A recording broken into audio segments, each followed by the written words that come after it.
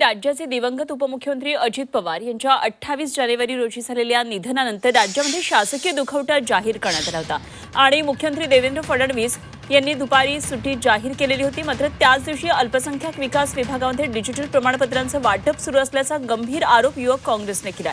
युवक काँग्रेसचे अक्षय जैन यांनी काही अधिकारी आणि कर्मचाऱ्यांनी संगणकानं डिजिटल स्वाक्षरीचा वापर करून अल्पसंख्याक दर्जाची प्रमाणपत्र वितरित केल्याचा दावा केलाय.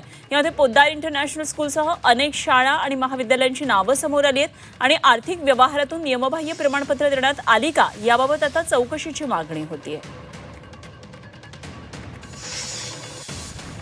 अल्पसंख्याक दर्जा प्रमाणपत्र असतो दादा, तर त्या प्रमाणपत्रामुळे अल्पसंख्याक संस्थांचा बराच फायदा होत असतो.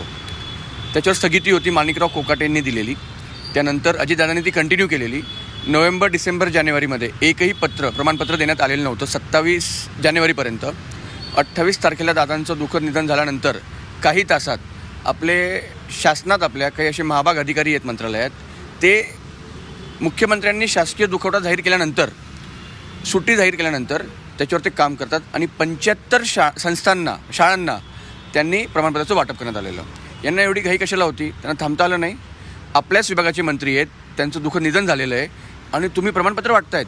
आमच्याकडची जी माहिती आहे, साधारण लाखो रुपयांचा एका शाळेकडनं पैसे घेतले जातात आणि हे प्रमाणपत्र वाटले जातात. तर शाळा महाविद्यालयांना अल्पसंख्याक दर्जा कशासाठी हवा असतो पाहूया एकदा आपण ग्राफिक्सच्या माध्यमातून.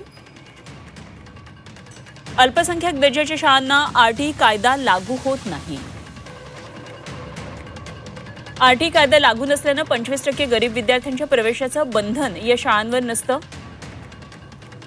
अल्पसंख्याक शाळांमध्ये शिक्षकांना टीईटीची अटही नाहीये.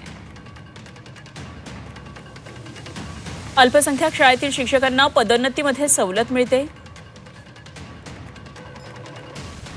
अल्पसंख्याक शाळांना विविध कारणांसाठी कोट्यवधींचं अनुदान देणगी देण्याची मुभा असते.